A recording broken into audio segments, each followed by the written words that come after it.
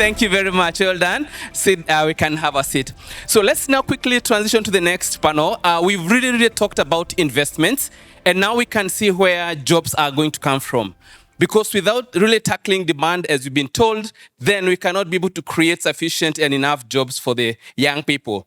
So this next panel is going now to delve into the role of young people in unlocking the opportunities that we've discussed here, as well as thinking about what digital transformation can do to be able to unlock those job opportunities. Honored guests, distinguished delegates, esteemed partners, ladies and gentlemen, good evening.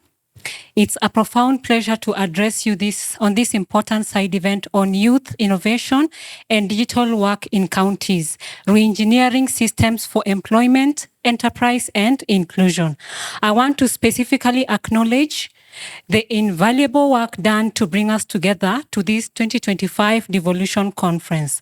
My name is Ruth Amoit Esialai, a Senior Program Manager at Immobilis, speaking on behalf of Mr. Ken Mwenda, the co-founder and managing director at Immobilis, who unfortunately, due to circumstances beyond our control, could not make it to come. I want to take you through the power of a dream, a digital dream. So to truly understand the potential we hold in this particular room, I want to tell you a story. A few years ago, a young mother named Liz from Kajiado County was working gig to gig. She had a dollar dream and was determined not to settle for online gigs, but to build something bigger. Through mentorship from the Ajira Digital Program at Immobilis, Liz transformed this particular passion into a thriving digital agency named Liz Nab Tao, which offers digital services and training. The business now generates a monthly turnover of approximately 200,000 shillings, and she currently employs 5 staff members. Her story is a powerful testament that the fact that with the right skills, mentorship, and support, our youth can build digital empires, create jobs, and not just for themselves. The force of this transformative power of digital work and the entrepreneurial spirits of our youth. Liz's story is an inspiration, but it also highlights the urgency of the collective challenge that we face. Kenya's youth unemployment rate is a pressing crisis. Young people are our greatest asset. The experienced youth bulge, with over 75% of its population being the young people. Unfortunately, according to the Federation of Kenya Employers Report in 2024, a staggering 67% of this population is unemployed. This is a ticking time bomb. The problem is not the lack of ambition or talent, but a lack of opportunity and a significant skills mismatch. Over 1 million young Kenyans enter the labor market annually, according to the Federation of Kenya Employers. On a global scale, this crisis is even more pronounced, with 200 million youth between the ages of 15 to 24 in Africa alone facing unemployment. So, however, this particular challenge again represents our greatest opportunity. The rise of the digital economy is not a distant future, it's our present. Kenya is leading the way in Africa with over 95% 2G network coverage and 61 4G network coverage. So furthermore, according to the TIFA report, the entrepreneurial spirits of our youth is undeniable. With the World Bank report on the different youth programs revealing that 88% of grant recipients successfully launched or expanded their businesses. This is where re-engineering our systems comes in. And what does it mean? 3 points for that. 1, prioritize digital skills training. Our education system must align with the demands of the market force, focusing on practical, industry-relevant skills in areas like AI, data science, and digital marketing. Programs like Ajira Digital, with the partnership of Mastercard Foundation, Immobilis, and KEPSA are crucial in this regard, as they provide the mentorship, skills training that are directly applicable to the gig economy and online work. 2, let us be able to create supportive ecosystems. A key part of this is our collaboration with the Council of Governors. Through this partnership, Ajira and Immobilis are working with counties to establish digital hubs. And a good example is in West Pokot County, which now has 5 centers. I want to especially acknowledge our host county, Homa Bay, that has 9 digital hubs, the highest in across the country. So an intentional collaboration with county governments will greatly complement these initiatives. And lastly, we'll also leverage technology for inclusion. The digital economy offers unprecedented chance of inclusion. As we've seen, digitally enabled jobs provide flexibility, which can be a game changer for young mothers and others who face unique challenges. The IEC model empowers young people to access work opportunities globally, build business enterprises, and grow their local economies without having to leave their country borders. In conclusion, the future of the counties and our nation lies in the hands of our youth. By investing in their digital skills, fostering their innovative spirit, and re-engineering our systems to support a new era of digital work, we can transform the challenge of unemployment into an engine of employment, enterprise, and inclusion for all. Thank you so much. As you were speaking, one of the things that was coming through my mind is the fact that with the youth population of 60% between ages 15 to 35, it means that we hold that asset that is really important in driving this transformation. I was actually listening to the conversation here, and we're talking about devolution 15 years ago. But you can imagine when we started devolution, those young kids who were born then have nothing else they know. They actually have grown through the digital world, and therefore this kind of skills and how they view the future is really very different. And I believe this is really what we need to embrace, take as an advantage, as a country, as counties. We then double down and help, our counties to get to this level that then will unlock significant assets and resources to drive transformation. And without further ado, allow me now to invite Levi Igenji to now delve into what we've been told so that we can be able to hear more from the counties, from practitioners on how they are working with the young people to be able to create jobs, spur innovation, and be able to transform the different spaces they are in. Levi, the floor is yours. I'll start with Ruth here. And one thing that is very key is Immobilis is very keen with the digital works. And we're just looking in terms of the specific support that it can give to the young people, and especially looking at enhancing growth, economic growth. So what are some of the specific areas that it can be supported, especially at county level? So Immobilis is a digital skills training institution. Together with KEPSA, we implement the Ajira Digital Program on behalf of the government of Kenya, which is a flagship initiative of the government. And we equip youths across 47 counties with skills, mentorship, and linkages that they need to be able to get digital and digitally enabled work. So for your question, Levi, the first support I would propose is that all the centers be equipped and upgraded. If the counties can be able to equip the digital hubs or the existing hubs, put up new hubs across the counties, equip them with high-speed internet, put studios, co-working spaces where youths can be able to come and work and to be able to earn, do mentorship, sell their products and services, that will go a long way in supporting them. Number two, we should also be able to partner with big players. Counties can think about partnering with Safaricom, Microsoft, KEPSA for that case, and to bring job contracts, training, and startup support to the youths. The third support is on training, tailored training to local needs. I want to use an example of Embu County that is equally invested in agriculture. So for this, we can mix agri-tech to coffee farmers with e-commerce. And for Mombasa, we can also focus on tourism tech and digital marketing. Next support is we can look at the entrepreneurship aspect. Here, let us link the youths in the county with funds, so that they can be able to, and investors so that they can be able to expand their businesses. We have youths who have opened agencies, but because they lack finances, they are not able to go far. So if we can be able to round that up, it will really support. And lastly, let us be able to promote local innovation.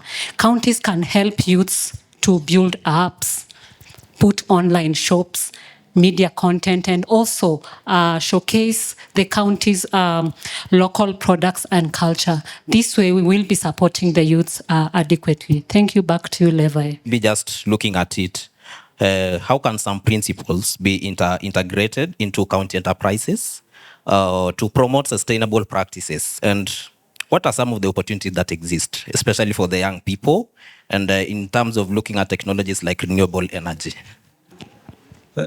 Thanks, Levi. Let me lay some basis before I provide the response. I think I stand in a very unique position because we've taken much of the afternoon to discuss the economic aspect. So what we do as KEPSA through the Sustainable Inclusive Business and other department like climate change is to try now and show that businesses themselves actually we can lead when it comes to circularity, sustainability, but also working with the immediate community. Because right now we cannot say that we only leave matters conservation to the civil society. Even we, the private sector, can take charge in that. And KEPSA is really strong on that. So that's why I wanted to provide that clarification. And I'll be a bit biased because I want to demonstrate some very innovative intervention that we've done right here in Migori. When we talk about circular principles for the local or the county level enterprises, it's good to note that now we have several policies on waste management, on circularity, on climate change. Towards the end of last year, we gazetted the extended producer responsibility. It covers all the waste streams, especially packaging. Now, what is not covered under EPR is the organic waste stream. So counties have to handle the organic waste stream coming from the households, the commercial facilities like the kitchen. So we said as KEPSA, what can we do to demonstrate to the county, but also to the donors, that we can collaborate within ourselves to have a very viable option? So we've done some pilot project right here in Opapo, trying to test the generation of biogas from fish waste and water hyacinth. So what we are using is because much of the studies that I've done it was to demonstrate water hyacinth as a very invasive species. But this is now an option for the county level enterprises to see what some of the valuable resources within themselves that they can quickly reintroduce into their production system and try to solve some of the sustainability challenges we have. So that pilot project is ongoing. We are now using the biogas to prepare meals within the Rio Fish Eatery. The next phase is now to try and direct that biogas into a genset or a generator and power a fish dryer. You see, by that now we are trying to help this enterprise cut costs when it comes to power use, but also handle their waste. Even though it's a rural county, but you must be cognizant that this organic waste, the fish waste, would have ended in an open landfill anyway. Migori County would have to find a way to handle it. There's a lot of risk coming from the organic, from the leachate leaking from it going to the water bodies, and it leads to several challenges that relate to health, but also emissions. So what circularity means for businesses is try to overhaul your entire business model. What input within my production system can I do away that I really don't need because they pose a problem to the environment, or because they tend to increase my production cost. But more to that, it helps you to understand what alternatives are there, right? And the third one is try to see the waste that I'm generating. How can I use it as a valuable resource? So I think if you are within and you can make your way to Migori Rio Fish, the system is set. So these are some of the innovative practices that the private sector and KEPSA has been able to demonstrate. What is some of the key areas that maybe you've learned from that project? And as much as we say takataka ni mali, is there maybe some aspects of affordable funding that can be injected into this to enable them also uptake such initiatives, these opportunities? Thank you, Levi, for that question. Yes, so the pilot project has been a learning point for us. We identify some of the national level avenues that you can quickly run into. We have some FIs, financial institutions within our network, within our space, who have some green credit product that if you are able to demonstrate by data that at least I can contribute to environmental conservation, either through cutting the organic waste stream or even waste from my process, or even having that ability to try and strengthen what the county level, the national level is trying to do through the policy, linking your business model to the policy. Then you can reach out to this financial institution. They can guide you quickly. But more to that, we've seen an appetite between, among most of the donors. Right now, climate change is quite an issue, even though it's quite a complex aspect or issue that we are trying to break down. So we've seen donors reach out to small-scale businesses themselves and try and walk the journey with them. So from the initial, they help you grow the project into a more fundable project. So the pilot project, actually we've demonstrated it works. So this is a model that now even other businesses within Migori, within the Lake Victoria region block, but as well the country, can reach out to potential donors. So the donors it's a huge database. You can quickly identify opportunities that come in line with climate change, with circularity. And I think last one, it slipped my mind on how circularity can now help to work closely with the community, is that there is the issue of jobs. I know we keep talking about jobs. There's a lot of green jobs coming from circularity. What we demonstrated through the pilot project is that we've employed some community members to manage the system. So that's already an employment opportunity that has come. More to that is that there is a bioslurry coming from the system itself. It's an organic fertilizer. So you can engage the community quickly to now go around the communities, talking to the smallholder farmers to try and bring, give them interest to purchase this bioslurry. But more to that is the issue of information access. There are a lot of international conventions, but also national level policies that speaks to information access to marginalized group, so that information is power, they say. So that how can I use now this information either to scale or replicate such an intervention? And I think the issue of the digital platforms that my colleagues are talking about, these are some of the avenues that we can quickly disseminate this knowledge to the wider community so that we can have interest when it comes to circularity in business. What are some of the specifics that these youth are saying, if this is done, we are able to move from this point to this point? Okay, thank you very much, Levi. My name is Joyce Nabalayo. I'm a business development services coach, or rather mentor, and I basically deal with youth in business and also youth who are SMEs or MSMEs. So I cut across. Mostly, when you go to the counties, different counties have different challenges and complaints from the youth who are in business. For example, most of them will talk about the high interest rates when they are given loans, especially at the banks or at the microfinance enterprises or those that are offering the financial support to these youth in business. The rates are very high, and also the grace period for repaying the same loans are very, very short.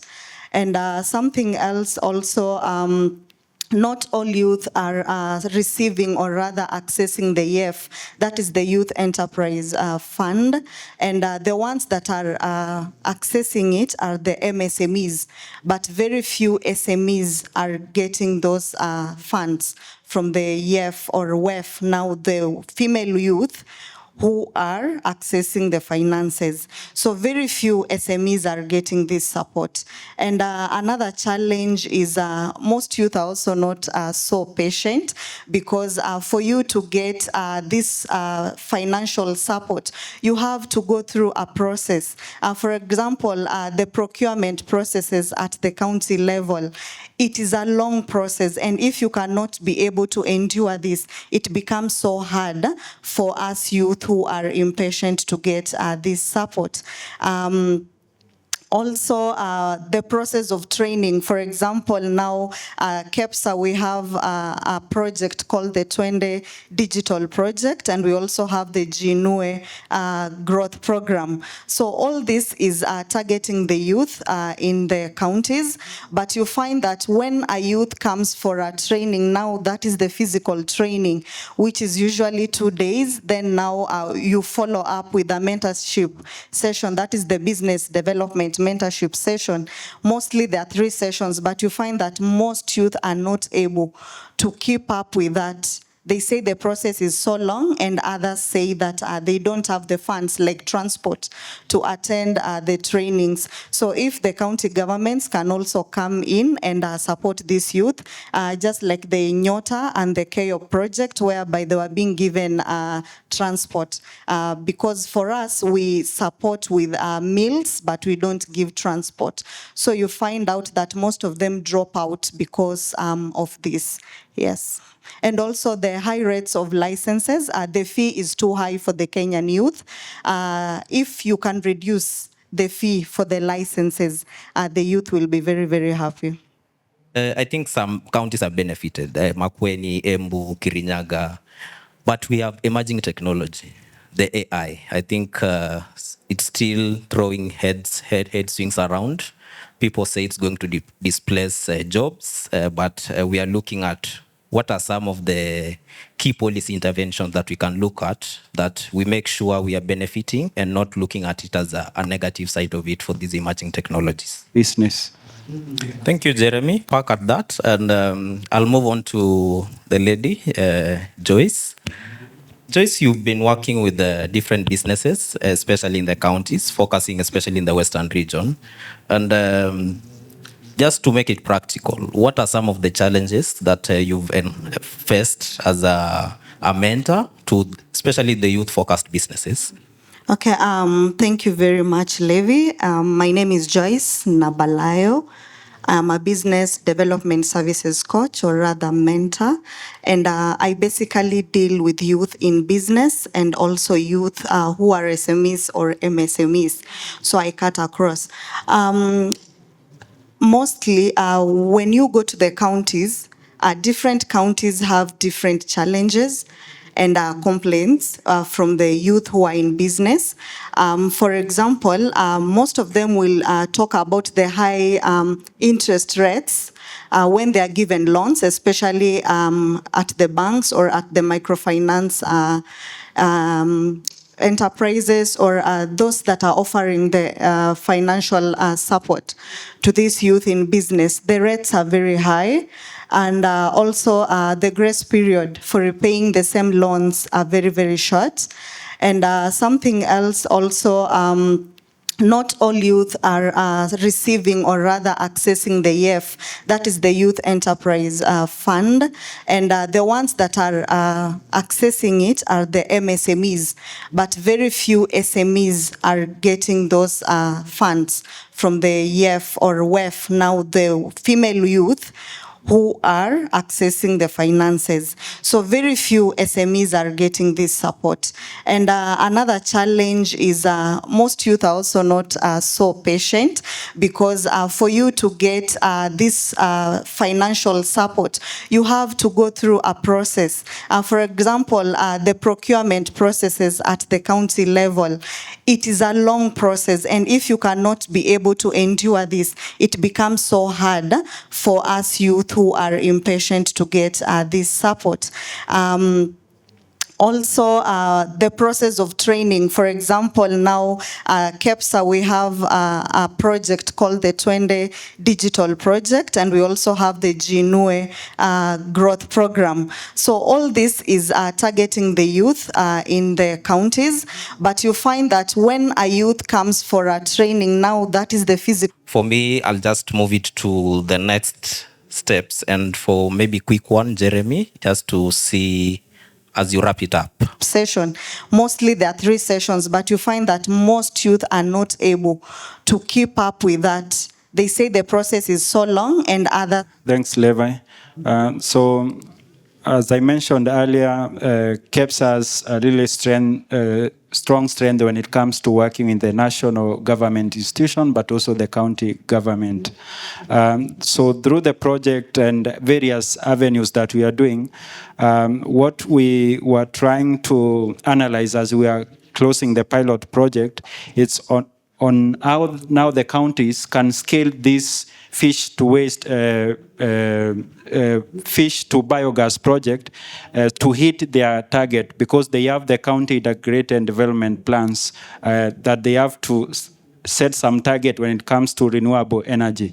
So this is an intervention that KEPSA has demonstrated it's working. It's handling the fish waste. It's handling the water hyacinth. So the county is now, the next step is try and borrow this technology, work with potential partners to put it up in some, let's say, open air markets where there's lots of organic waste in the landing site, again, where the fish from the lake, the fishmongers and the fisher folks are trying to prepare for the market. So there's a lot of waste generated in there. And then once they set up this, they can, let's say, do some piping for the fish mongers within the markets to try and use this energy to prepare their meals. So that's another avenue. The other one is through the collaboration with the private sector, so that at least we can have this investment. So we've already talked, and the national government is already pushing for public-private partnership. So these are some of the technologies now that we can come together as the private sector, as the government, to try and see these are very direct avenues for us to either achieve some of the policies, best policies we have. We have the Climate Change Act on cutting emission. We also have our NDC, the nationally determined contribution, that speaks that we must cut our emission by 32% by 2030. So the private sector, KEPSA, has demonstrated that something is already working when it comes to circularity. But more to that on inclusion. So because we cannot speak about economic and then environment and leave out the community.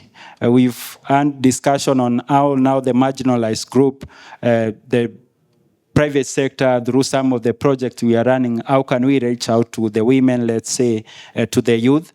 And I would tend to be biased again. Through this project, what we realize is that there's a lot of vices ongoing within the fish value chain, from the transaction of sex for fish, which is a very sensitive topic to speak about. So the women are not open about it because either it's they are coerced. So how can now this pilot project, when scaled, lead to jobs creation, but also income generating opportunity, meaning the women in the fish market can try to do whatever they were doing, whether it's selling fish, but also be enlisted, let's say, to sell the bioslurry coming from that. So there's a lot of jobs when it comes to green jobs, when it comes to innovation. But more to that, circularity and sustainability challenges, it's a complex issue. You cannot just leave it to one partner. So she is talking about the apps. So I need also to see the apps trying to integrate the green aspect. Like, how can we empower the youth now to try and see what would be some very quick intervention to deal with some of the waste coming from the private sector? Because waste is the devolved function. We cannot entirely leave that to the county government. So we have to support them. But also, on the other hand, the county government there is the Sustainable Waste Management Act of 2022, I think Section 14. It requires them to set up a material recovery facility, meaning we can now try to sort the waste, make it a very valuable resource. So here we are creating jobs for the youth, for the women, in sorting, in collecting, but also in selling some of this, because you can actually get some sorted waste and sell to the recycler. But the final remarks is that we need a lot of engagement when it comes to education, raising awareness, either through the forums that we have, social media, which is now our social wealth capital for the youth. So we need to package this information about business engagement when it comes to circularity in some very engaging information for the youth to just quickly interact with these materials without having the troubles of learning the big books, whatever. So that's where the digital platforms come in handy, but also other aspects like materials that can go to the informal sector. So I think just as we we finish it up, Joyce, just your last parting shot, and maybe the level of digitalization in the counties. Do you think still it's at par as at what we've envisioned, and what are some of the key suggestions that you can give from a business development service angle? Okay, I can say that in our counties, most of our youth are not digitizing businesses because of fear of unknown. They just fear. They don't know what is going to happen if they digitize their businesses. But I can recommend that most youth who are SMEs and MSMEs to digitize their businesses, because there are so many benefits out of it. And out of this, you can network with so many people, because you will find out that somebody else is doing the same business in another locality, not specifically in this country. It can even be in another country or another region. So we get to learn a lot when we digitize our businesses. Then it is also cost effective, because the startup capital is very, very minimal, because if you have Wi-Fi, you can access AI, any form of questions, you'll get the answers online, and you can also get your mentors and talk to your mentors even online. And the operational costs are also very minimal, because now you can be having only one person, maybe you and another person, who will help you in running the business. You don't really need a physical office and people there, and now you don't have to pay everyone there, and you can convert that money to something else. You can even add your stock. Also, we have digital platforms that help in marketing, like Twiva. We have Kilimall, so many platforms for marketing our products. So let's not shy away from going digital as youth. There are so many opportunities and so many projects that are supporting this. And also we can legalize our businesses by remitting the licenses. Let's just pay the licensing fees. This makes even the county government to know that you are existing, and even the national government to know that you're existing. And when you do this, you're able to access so many opportunities at the county level and even at the national level, because there is no investor that is willing to invest in you if you're not a legal entity in that specific country. You'll be able to access finances. You'll be able to access apart from finances, you'll also be able to access grants and even support from other organizations, and even networking. The county government will be able to even link you to an investor or another partner, an investor or a partner. And if you're not registered, or rather you've not paid your licenses, they'll not be able to link you up. So it is our duty as the Kenyan youth, it is our duty to digitize our businesses, to follow the right processes for us to grow. And let's also be very patient. Let's follow the all process of procurement, or if you're accessing any form of finances, just attend all the sessions, be very proactive, look for the county government to give you the linkages, or rather to link you, talk to other business partners who are also youthful, or even of course, they've been running the business for a longer time. They have more experience more than you. So we can be able to learn from them. The digital economy is really moving fast. So the Kenyan youths should equally move along with it. So I call upon the county governments, the national government, the private sector to look at that challenge. Let us not let the youth be swallowed in this that is going to let them leave behind. So it is it's a joint effort, and if the county and the private sector can join together forces, we should be able to support these particular youths so that they cannot be left behind, regardless of where they come from. The opportunities they should acquire should be equal. Thank you. It's the opportune time for the counties, which were created to be laboratories of investment opportunities, to take up these initiatives and just put in the needle to really support and cut down on the youth unemployment. Because as much as we can leave it to the national government and the private sector, we really need much from the devolved function to really come in handy to support this. So thank you, everyone, and it's been an opportunity to sit here, and I hope that we continue these discussions from different areas of operations, and we just make sure that the intentionality of this doesn't die, and we keep pushing the needle to, it takes a community to build the ecosystem. So thank you, everyone, and maybe you can take the final photo here.